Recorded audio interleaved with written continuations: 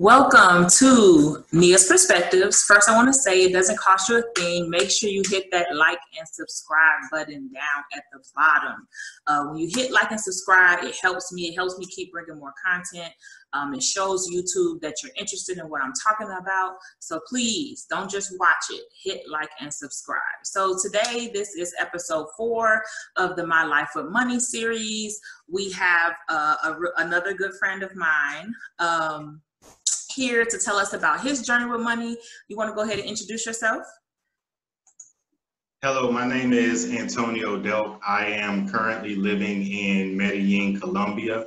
Originally, I was in the military, did some government work a little afterwards, and I just decided to pick up my life, my finances and everything, and I just decided to move abroad. Oh. Nice. So you kind of told us a little bit about yourself already. Where are you originally from? So I actually tell everybody I'm from either North Carolina or Virginia. And the reason why I tell them that is because that's what I know as far as my life. I'm a military child. So I was actually born in Tacoma, Washington, and I can't tell you nothing about Washington, so I really can't claim that place. So I tell everybody I'm either from Virginia or North Carolina, and those are the two states that I know the most about. I mean, you have that country accent too, like sometimes. So I was like, I don't think you could deny it if you wanted to, because sometimes you say things and I'm like, what? Say that again?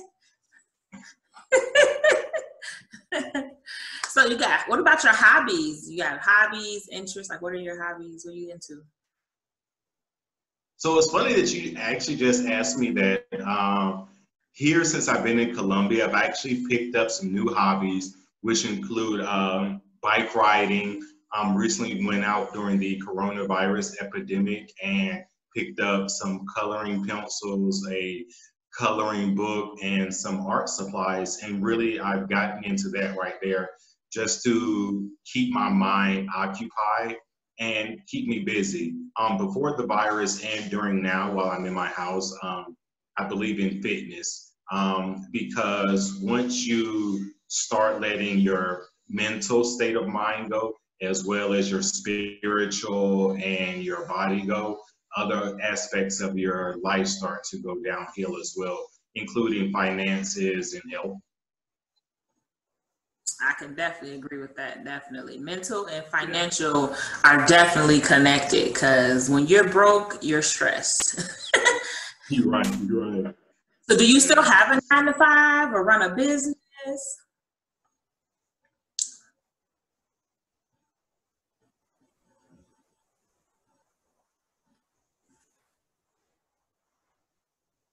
Go. So at the current moment, I do not work a current 9-to-5, but I do trade Forex currency. Doing that allows me to only work a few hours out of the day, and after that, I can go enjoy the springtime weather that Medellin, Colombia offers year-round. So I do that. I also receive a pension from the military. So I don't want everyone to think that you can just trade Forex currency and you can live a great, wonderful life. So I don't want to misconceive anyone. So yes, I do have a guaranteed paycheck coming in on the first of every month.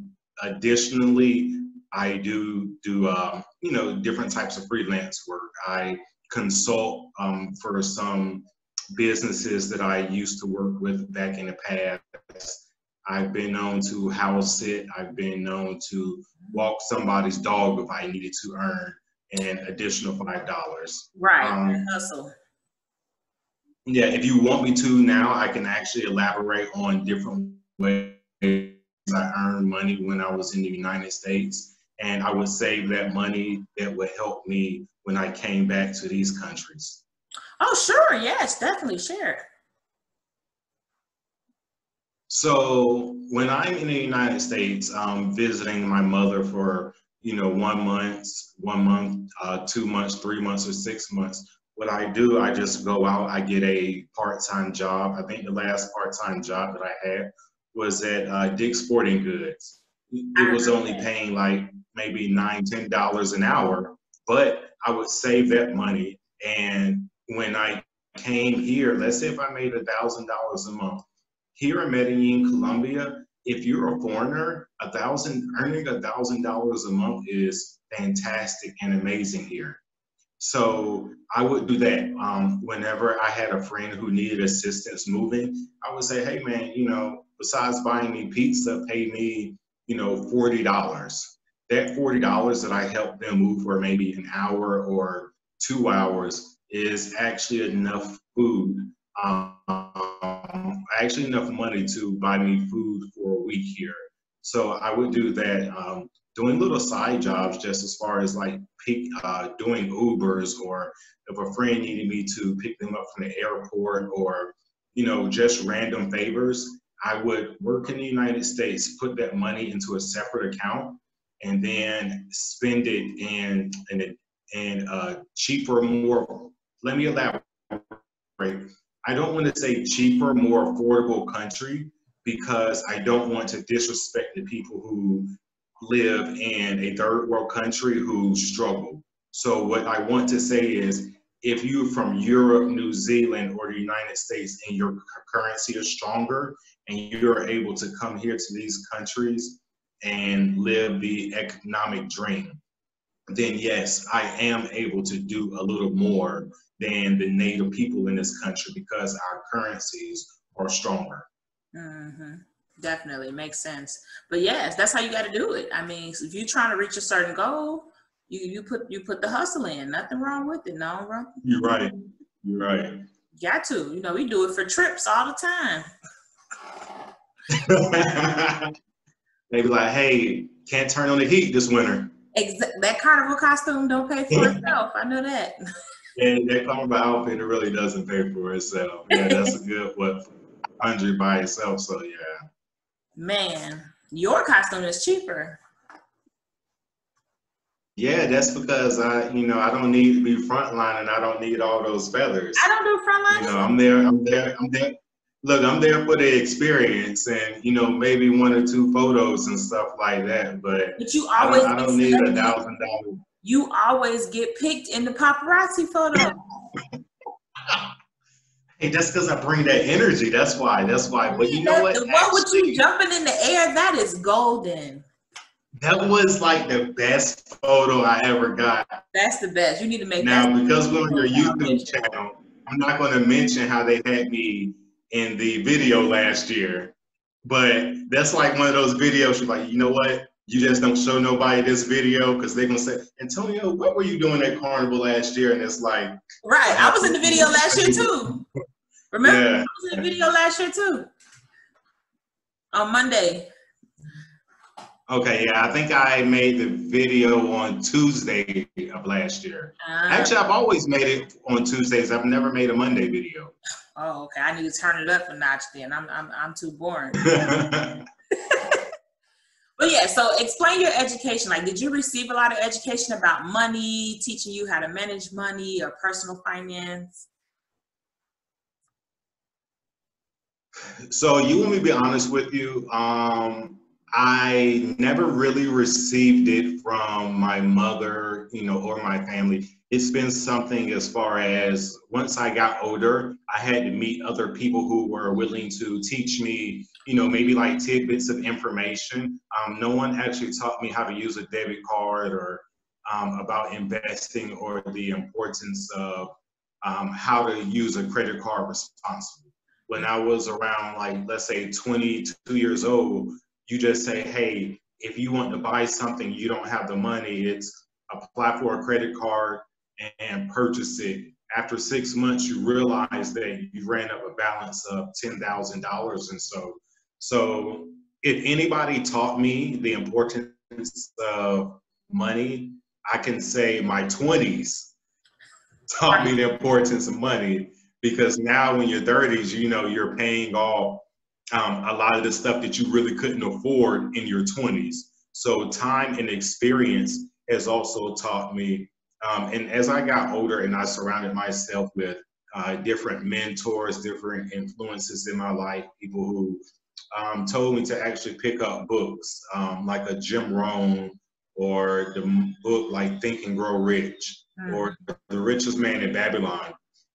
Just saying, hey, put 10% of your, just saying put 10% of your salary away just in case you have a financial emergency or a situation that we have going on right now, which is the coronavirus epidemic, in which a lot of people are out of work, a lot of people are not earning the same amount of money in which they were earning a few weeks ago or a few months ago. So as you originally asked me, time has taught me, and mostly trial and error, and also I've learned what I really like to do as a person, and I stopped trying to fit in and do the original stereotypes that we're supposed to follow.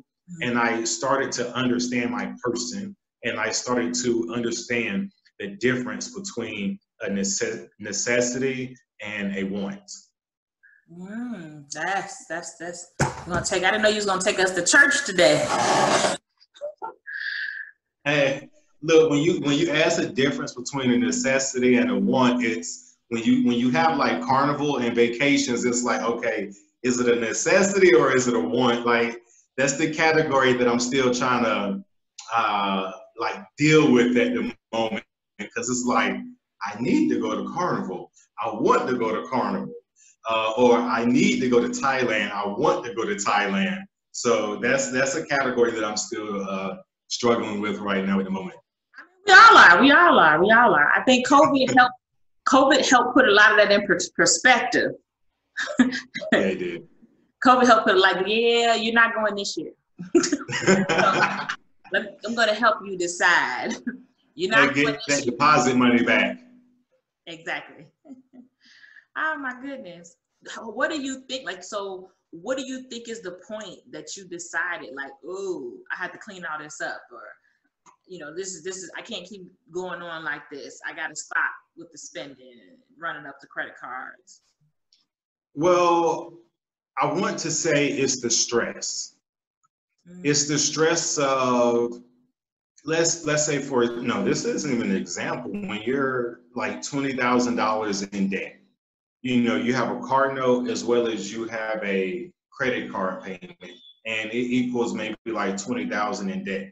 I know it's not a lot of money in debt, but to me it was. I know people in $60,000 and $80,000 worth of college debt. But when you earn your paycheck, and not only do you have to pay your bills with it, you get this credit card statement, and you say, hey, you have to pay me $400 every month because of a mistake that you made 4 years ago or 6 years ago.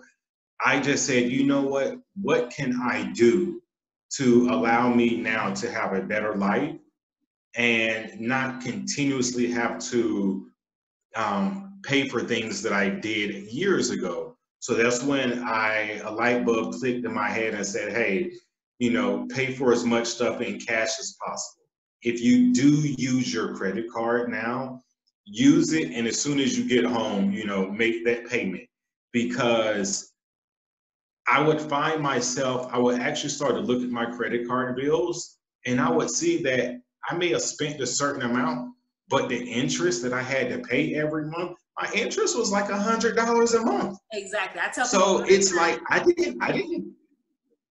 Huh? I said, I tell people that all the time. If you need motivation on why you should pay your debt off, look at your credit cards and look at your loan statements and calculate how much interest you are paying every month. And if that don't motivate you to be like, oh, so I'm literally just throwing this money out the window every month. What are the things you could have done with that money, or that you can do? That could be money being invested as opposed to thrown away. Yeah, just imagine you owe $4,000 for a credit card, but then every month you have to pay them an additional like $50. I'm thinking like, dude, I didn't even borrow this $50 from you, but as a convenience for allowing them to let you borrow money, you have to pay them, you know, a little additional fee. So I just started making like double payments. That way, I make my payment plus a little bit more. That way, it goes towards my principal. So when they do add the interest isn't as much. Mm-hmm. Exactly. And that's one thing I do like about credit cards too. Like a credit card works differently in the way that the interest is accrued. So you can get extra money throughout the month and throw it on that credit card. So by the end of the month, less interest will apply because you have a lower balance. Exactly. So Exactly. that's golden when you're trying to pay it off. You know what I mean? So even if it's $2, if it's $10, throw it on there because you're gonna save more than just that $10 you're paid down. You're gonna save the interest that would have accrued for whatever many months that year. Now that you took that little balance off of there. Exactly, exactly. Yeah, and I finally learned that, and that's something I don't know if I knew in my early 20s. I think I've always just paid when it told me, because in your 20s, well, at least in my 20s, I wasn't financially savvy. I wasn't So either. if I owed $5,000, yeah, look, if I owed $5,000 on my credit card statement, and you told me my payment was only $200, I paid the minimum. Yep. I didn't understand that me paying the minimum not only made me have to pay longer, but they were going to also give me the maximum amount of interest possible. Whereas all you, like you just said, hey, just pay an extra $2. It adds up. And if you continue, if you send the extra dollars today and extra dollars tomorrow, you keep sending it, that $2 will add up. You know what I mean? So it makes a difference. But I wasn't financially savvy in my 20s either. And that's before it was required for credit card companies to put, if you pay the minimum balance, it'll take you this many years to pay off this balance. Like now they're required to put that on credit card statements. They didn't put that on credit card statements when we were in our 20s. They just told you, oh, you only got to pay $2. Yeah, you owe us this month, but just you pay this and we'll be out your hair. You can go ahead, keep spending. Just keep on spending. Like it wasn't like that. Like now they have it on the statement. It tells you how much interest you'll end up paying, how much you'll end up paying completely if you only pay the minimum balance, and how long it will take you to pay that debt off. It didn't used to tell you that. Exactly. Now that you mentioned that, I remember that now. Yeah. It didn't. It didn't say that. That's new. That's new. Yeah, I need to go back to Macy's. I think I had a Macy's credit card. I had a credit card through my bank, and I probably had at least like 2 more different credit cards, and every month it was just a headache. So how did they get you? Like, I know this is an interview about me, but tell me how they got you. Because as soon as you turn 18, they send you all these credit cards in the mail. And like I say, I didn't know anything about money. So I get the credit card. I'm like, wait, so I can buy something and I don't have to pay anything out of my money pocket right now? And they're like, yeah, it's a credit card. You're getting it on credit. I'm like, okay, swipe, swipe, swipe, swipe, swipe, swipe. I was swiping my life away. And then it's like, yeah, but you got to pay it off though too. You just can't keep swiping. So I maxed out I had 2 credit cards with them. I maxed both of those bad boys out. It ended up having a judgment. They ended up taking me to court, and I had to pay off the judgment and then fight to get the judgment off my credit because the lawyer didn't want to get it off. And I'm like, I have my cashier's check receipt. Like I paid it off. And I had to fight them to get them to remove the judgment so I could buy my house. Yeah. Oh yeah. So Capital One, they got you good. Yeah. I think that's the thing. They do that to a lot of 18-year-olds, and especially one who's just about to hit college. I think, matter of fact, I even had a Firestone credit card. You know, when you have your first ever car and it breaks down every 2 weeks, and you take it to the major franchises like a Michelin or a Firestone or a Brimstone, and they say, oh, your repair is $2,000, but you're only 18 years old and we know you don't have that type of money just yet. Do you want to get a credit card? And Right. you're like, yeah. And you're not realizing like the interest. Sure. I mean, I don't have to pay for. Yeah. That's Yeah, because we're at that time we were worried about Friday night, Friday, Saturday night. As long as I had the money for a Friday, Saturday night, I was good. I'll pay my bills on the 1st or the 5th of the month. Yeah. I definitely know way more now than I do now. How has your mindset changed now about money? Like, how do you think about money now as opposed to how you used to think about money before? Well, so I have to elaborate a little bit more on that, just because I'm a little older now and I'm living in a different country. Well, let me go back maybe about 4 years. So maybe 3 or 4 years ago, I started doing backpacking around the world, and I've started seeing other cultures. I left the bubble of the United States where you had to wear Jordans in order to, look fly or to look popular.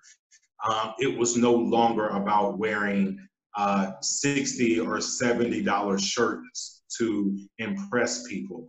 I've learned to impress people more with your personality and more about with your words and stuff. And once I got to places like Accra, Ghana, or the Bangkok, Thailand and stuff, I started noticing that I would see these people and I say, dude, he's wearing a pair of $7 shoes and no one is making fun of him because their mindset was, I have shoes on. Yep. I would rather have a pair of $7 shoes and a big house rather than have a Mercedes Benz and I'm living with my mom. Mm-hmm. So I've started, looking at other cultures and seeing that some of the things I was putting my money into were not really as important as I thought. With me living here in Colombia, sometimes they'll tell us, they say, yeah, we can tell you all are foreigners because we can look at your shoes. You have $80 shoes on. We're wearing knockoffs that cost us $15 and $20, but nobody here is going to make fun of you for wearing that type of shoe. So I went out and I did the same thing. I went and got me a pair of knockoffs. Now, I know we're talking about finances, but hey, you know me, I always got to tell a story. So, okay, so here's what really happened.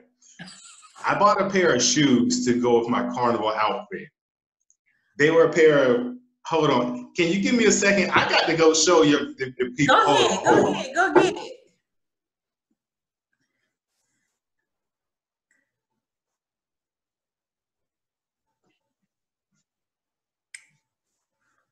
So people. Okay. You see these right here?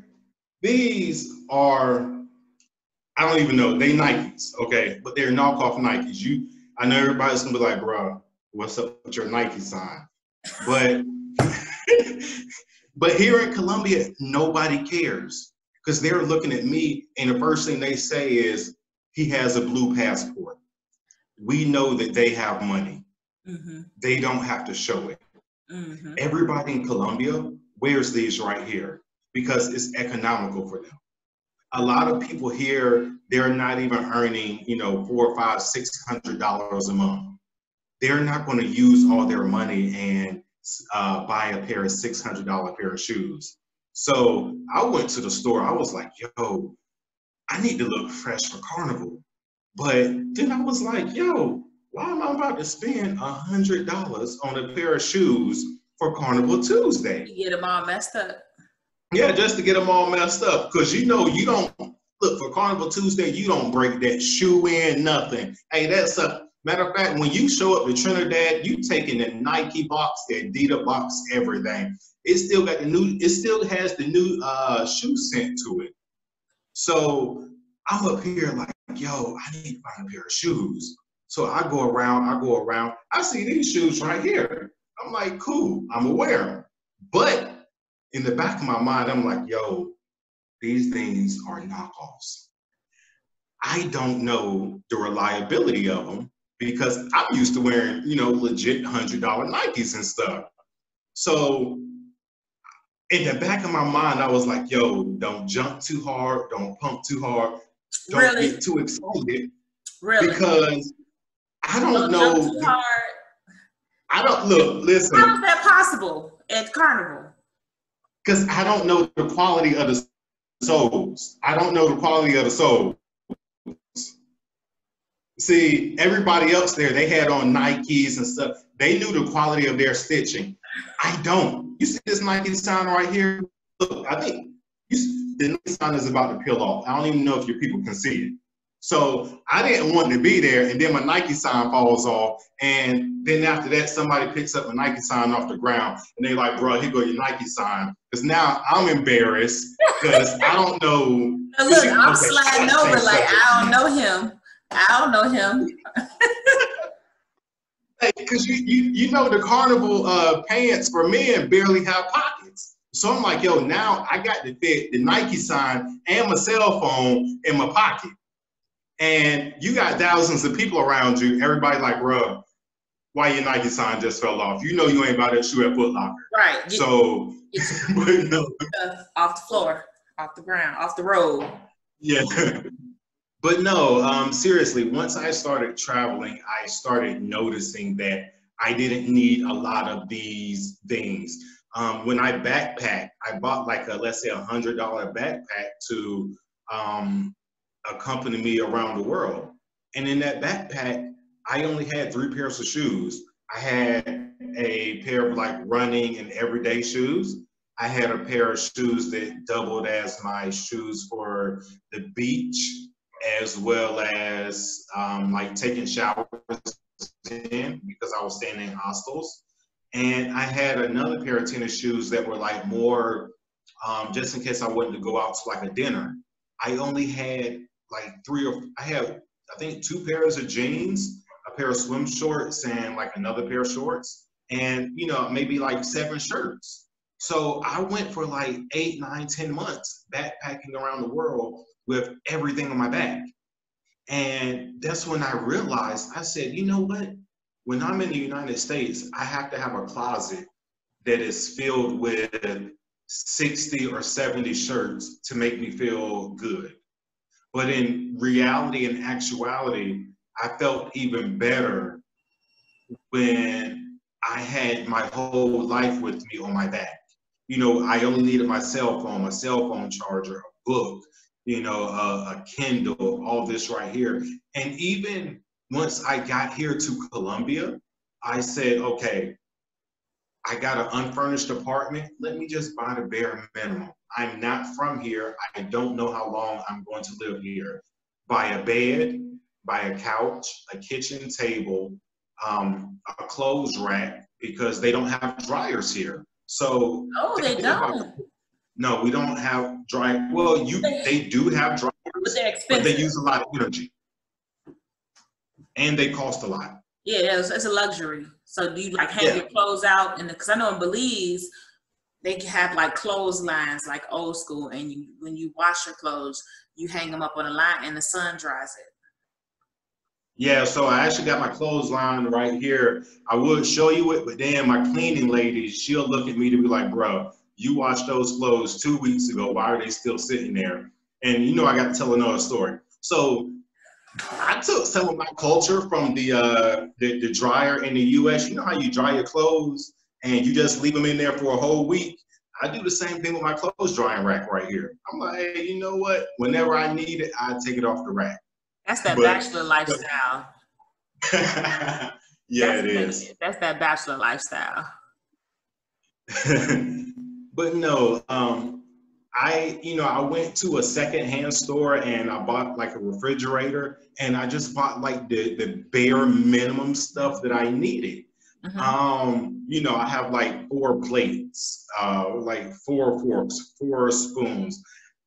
In the US, I think it kind of glamorizes us to show, oh, look at my pantry, look at my china closet.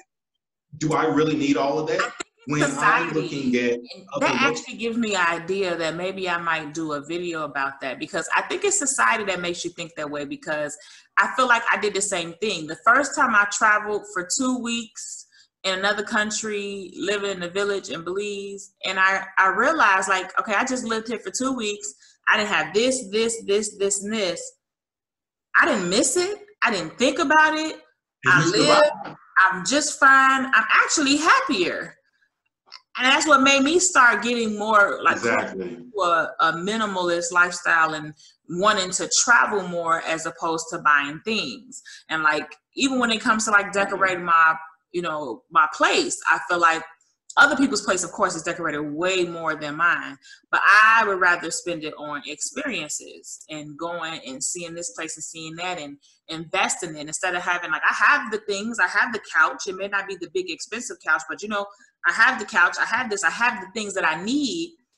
It may not necessarily be a big expense. I bought my couch that I have now. Hell, I bought my bedroom set I have now on Facebook Marketplace for like $175. Like, but it looks nice. It's almost new. It didn't get used as much. And I'd rather invest the rest of that money than it would have cost to get a full out of the store. So same thing. Exactly. Open my eyes up too, that you don't really need these things. And that's just how you are here. The rest of the world is not like that. Exactly. That's true. And after me seeing some of the poor areas here in Medellin, I'm looking at it like, man, to have this in my house, to have this in my house. A lot of those people didn't have all of that stuff. So now I'm asking, like, why do I need, 4 different types of this right here? And also, let me tell you something.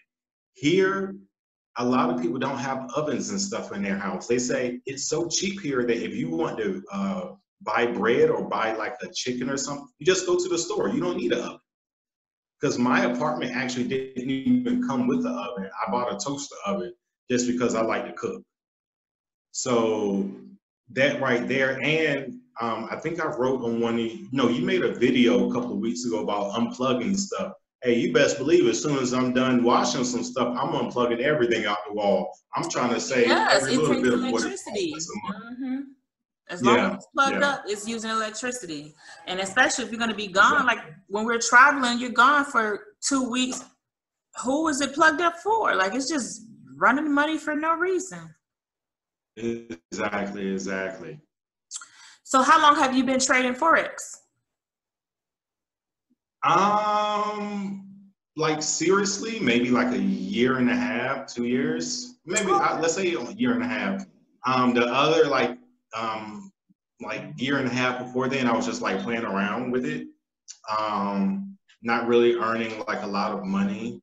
Like $100 here, $100 there, and I never really took it too seriously.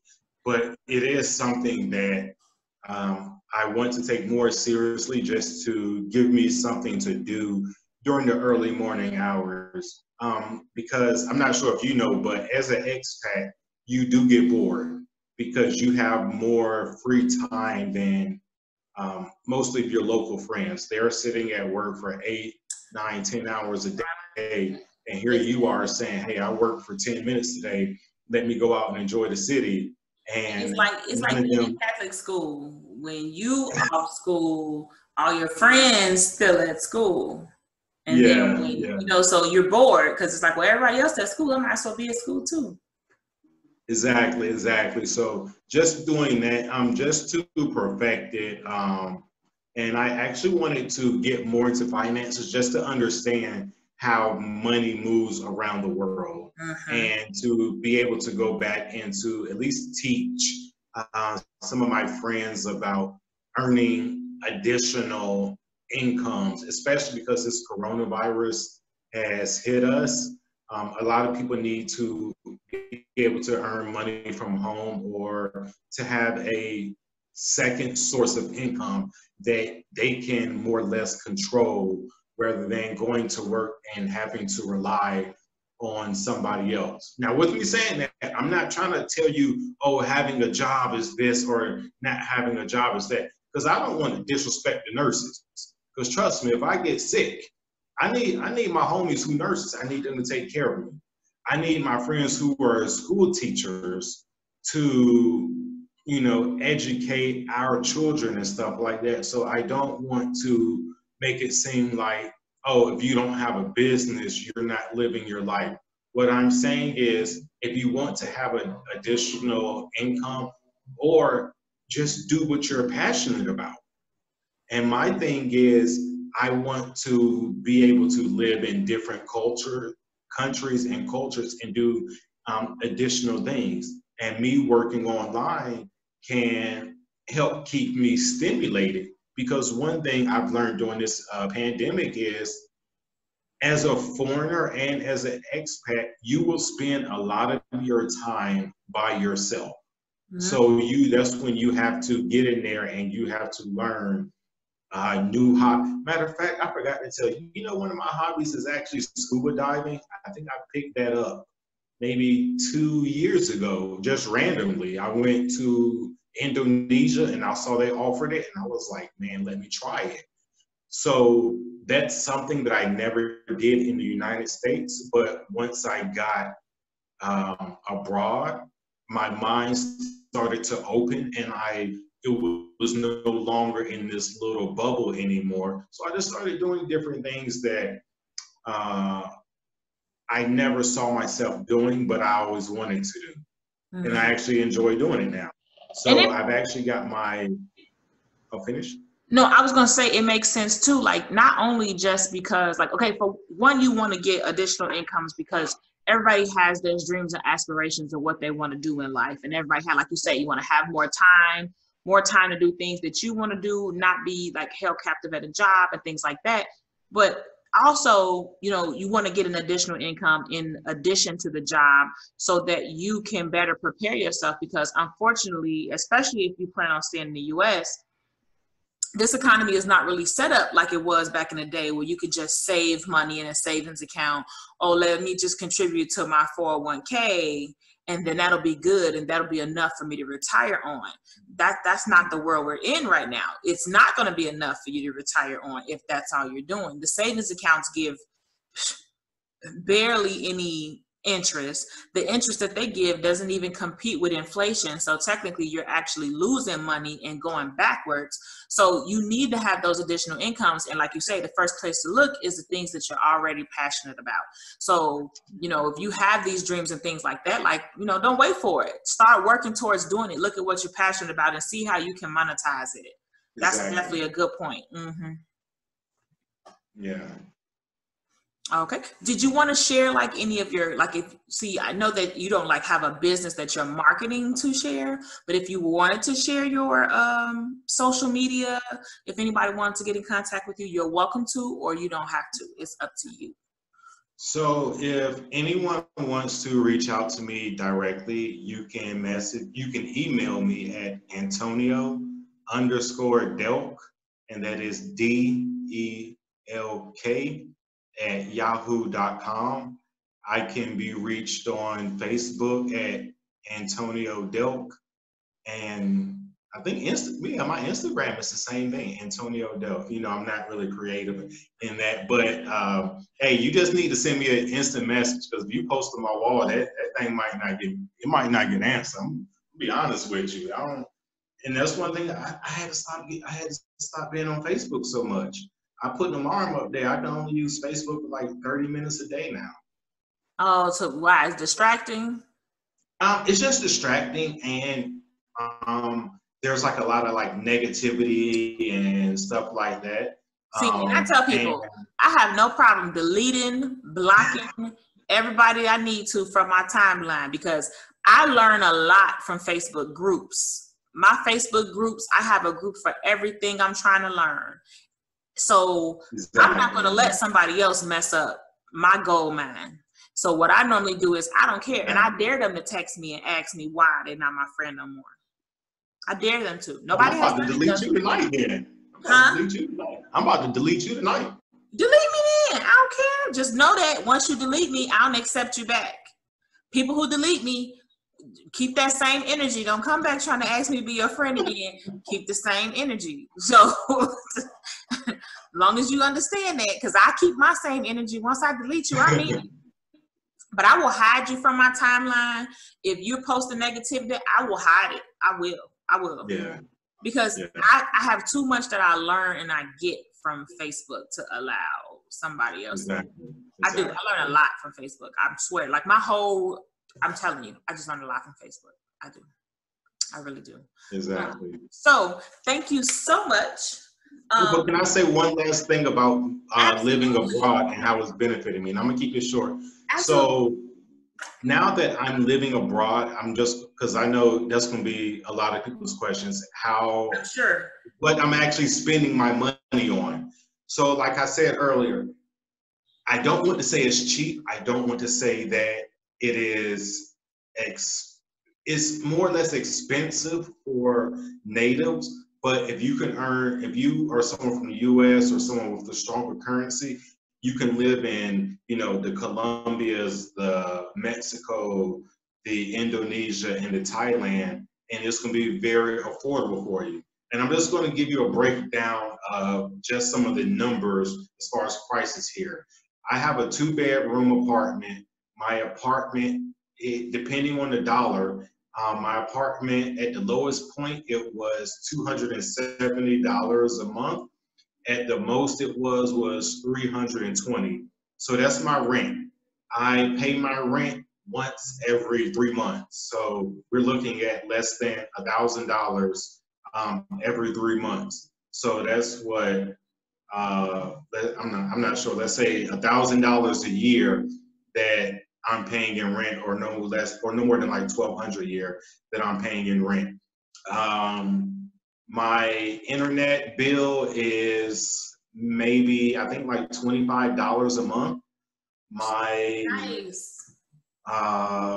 my electric and water bill is like $45 a month that I'm spending. If you want to go out to the store and buy lunch, they have what's called like menu of the day. Menu of the day here is like $3. A taxi that will take you somewhere maybe like 20 minutes away, it should cost you no more than like $5. What I do every month, I'm allowed to make like one big purchase. The biggest purchase that I actually made recently was like a bicycle, and that was like $300, because my mindset now is if I need to go somewhere and it's within 20 minutes to get there, I'm going to walk there. If I need to go somewhere that's like 40 minutes away just to pick something up, I'll take my bike there. That right there allows me to get out, see the sights and sound of the city. Also, it's cutting down on me spending $4 and $5. And that's something I also had to learn. When you look at something and it's only $3 and you say, oh, that's not much, $3 compounds every day when you say, oh, that's not much, it's only $3. Because at the end of the week now is $30. So I did that. I think I maybe spent no more than $150 for my refrigerator. Maybe like no more than $200 for my washer and dryer. And I just got like the forks and the spoons and stuff. So I actually furnished my whole apartment for less than $1,000. A pineapple will cost you maybe like 30 cents. So yeah, just being here, if you need to look for a job or some type of internet work, you can message me or you can message Nia and ask her. But many people here are actually digital nomads. They teach English, and that's the benefit here. They say, hey, we want to learn from a native English speaker. We want to hear how, like the word butter. They want to hear how I pronounce the word butter like butter. I had a friend that stopped me. They said, but the word is butter, but you pronounce it like a D. I said, yeah, you have to learn our accents. The book tells you it's going to be said like this. Like the controversial issue is when you're eating on Sunday morning, hey, pass me the syrup. It's not syrup, it's, hey, pass me the syrup. No. For you all in the South, it's syrup. It's not syrup for us in Chicago. In Chicago, it's Okay, so I'm going to tell you how we talk. I don't care about Chicagoans. I don't care about y'all. But no, they want to hear the imperfections. They want to hear how we really speak. They can talk more like a native speaker if they do. They can learn. Exactly. Communicate better with the native speaker if they learn those idioms. Exactly. So, you just do that right there. And there are so many people who just want to learn. People are charging like, hey, $10 an hour, $20 an hour, and they're getting paid under the table, so they're not paying taxes. I'm a Spanish teacher. My Spanish teacher is in Colombia that you introduced me. Well, you introduced me to her friend. Yeah, I'm still waiting for her to call me too. Her friend? Yeah. What's she supposed to call you for? That's another video.